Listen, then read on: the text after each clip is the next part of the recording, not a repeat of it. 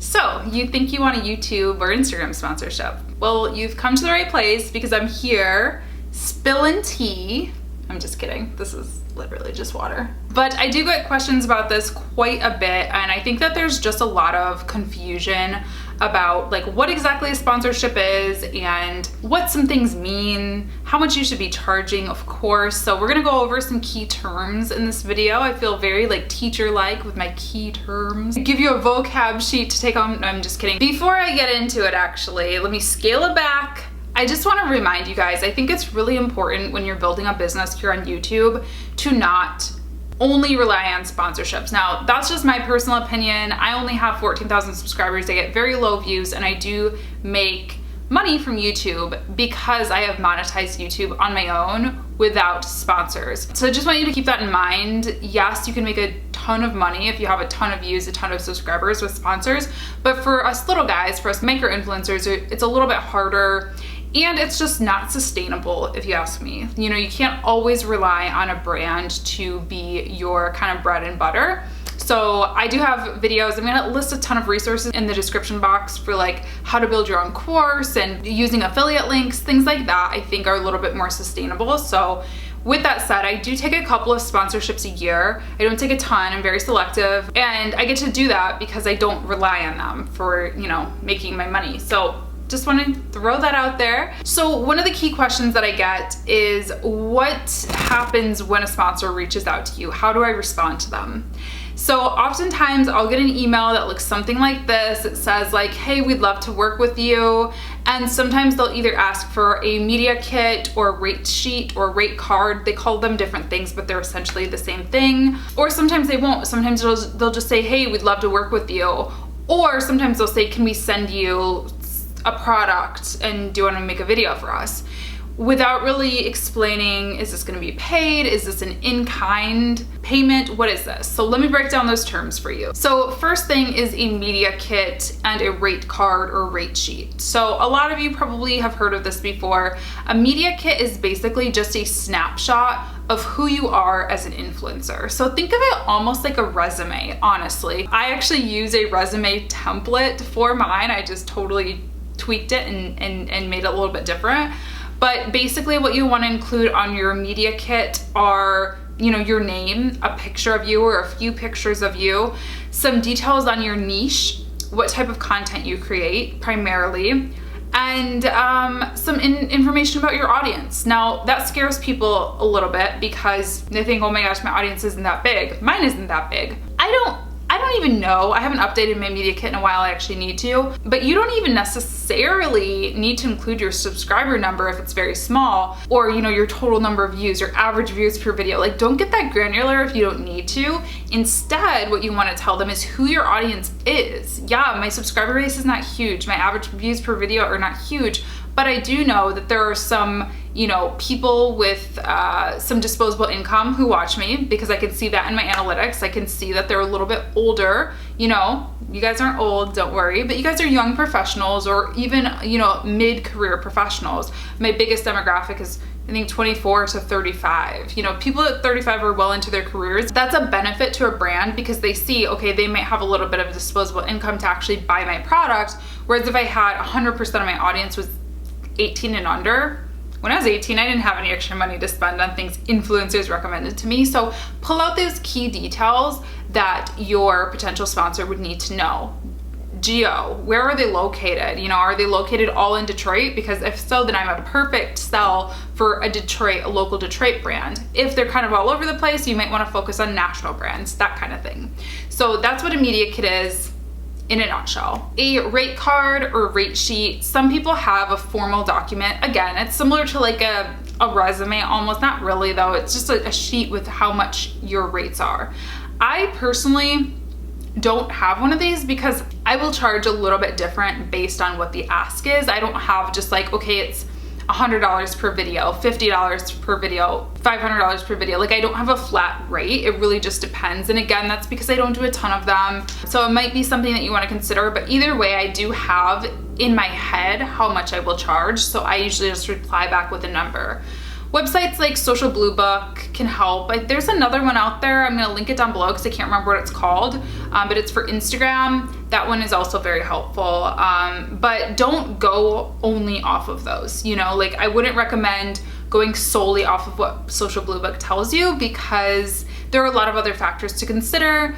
And it's just a starting point for me. I usually always ask a little bit higher than what Social Bluebook tells me to, but it's a good starting point for sure. Another thing that brands will sometimes do is ask for some stats. And sometimes they just say it just like that, like stats, and you're like, what the heck is a stat? Like what does that mean? So sometimes they will reply back to them. I'll say like, hey, are there any key metrics that you're looking for? If they don't know, or they don't say, or I don't feel like going back and forth, I'll just provide them high level, like here's how many subscribers I have, here's how many lifetime views I have. My engagement rate is pretty good on Instagram, so I'll often provide them my engagement rate. An engagement rate is basically the number of, wait, I can't math, so I can't think of what it is in my head. It's the number of subscribers divided by the number of likes you get. Something like that.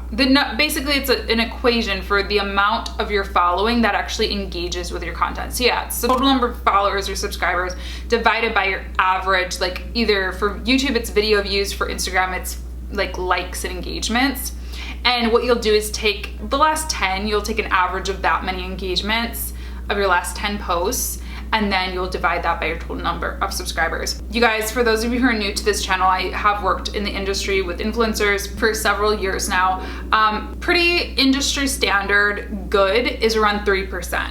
If you're higher than 3%, that's considered pretty high, so you're in a good place there. Again, if your engagement rate is lower than 3 or lower than 2, just don't say it. You know what I mean? Unless they specifically ask for it. Omission is big. Like, it's all about how you sell yourself. And it's not to say that you're lying or anything like that, because, you know, with the more followers that you get, the lower your engagement rate typically goes. So somebody like me, I do have an over 3, I think I have like 4 or something percent engagement rate, but I have a very small niche audience. If my following were 10 times that, you know, you get a lot of passerbys, a lot of people who just think you're cute, a lot of people don't care about your content, so they don't really engage with you. Next thing that I often ask, if they send me one of those kind of generic emails like, hey, we'd love to work with you, I'll either ask them, is this in kind, or what is your budget for this project? So in kind basically means, am I gonna get paid with product or a ticket to something or an experience?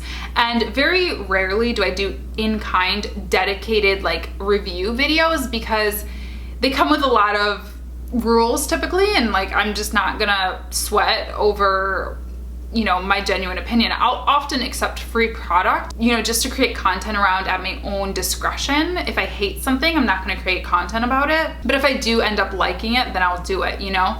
So in kind basically just means, are you just getting the product or are you gonna get paid?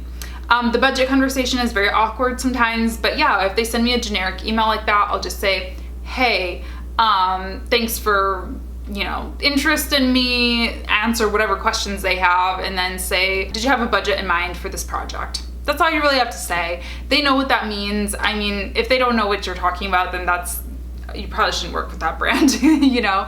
So yeah, I just ask what their budget is, and they typically reply back with a number. I like to let them do the offer first when possible. That's another reason I don't have like a rate sheet or rate card, because sometimes I've been shocked. They'll come back to me with a number and I'm like, you sign me up, I'll post whatever you want, basically. Like, it's so surprising. Other times it's like really disappointing. So either way, it's a conversation starter. And you know, again, like some of these brands have huge, crazy budgets, and so it's just good for them to kind of put their offer out first. So you're not like, oh, I'll do it for $100, and they're like, oh, we're budgeting for 500. That's happened to me before. So yeah, that's how I approach the financial topic basically. And if they come back with a number that's too low, you just counter it. I mean, it's just like any, you know, what they tell you to do in job interviews and things like that, with job offers. Like, just, you know, use your best judgment and fight for what you're worth, and kind of have in your head like what your lowest is going to be like, and don't go below that, because it hurts us all, honestly, when you undersell yourself. I could do a whole video about that, but I'm not gonna get off on a tangent. Next thing, well, actually you'll want to do this before the budget conversation, to be honest, so back it up a little bit, but you'll want to know what type of content they're looking for. So I usually just say, like, you know, did you have anything in mind? Like, what exactly are you looking for in terms of deliverables? Deliverables is another keyword. It basically just means, what are they going to get in exchange for working with you? So, you know, find out if they want an Instagram post, if they want an Instagram video, if they want stories, if they want a YouTube video, if they want something else. I've had sponsorships where they want me to do an activation or participate in an activation.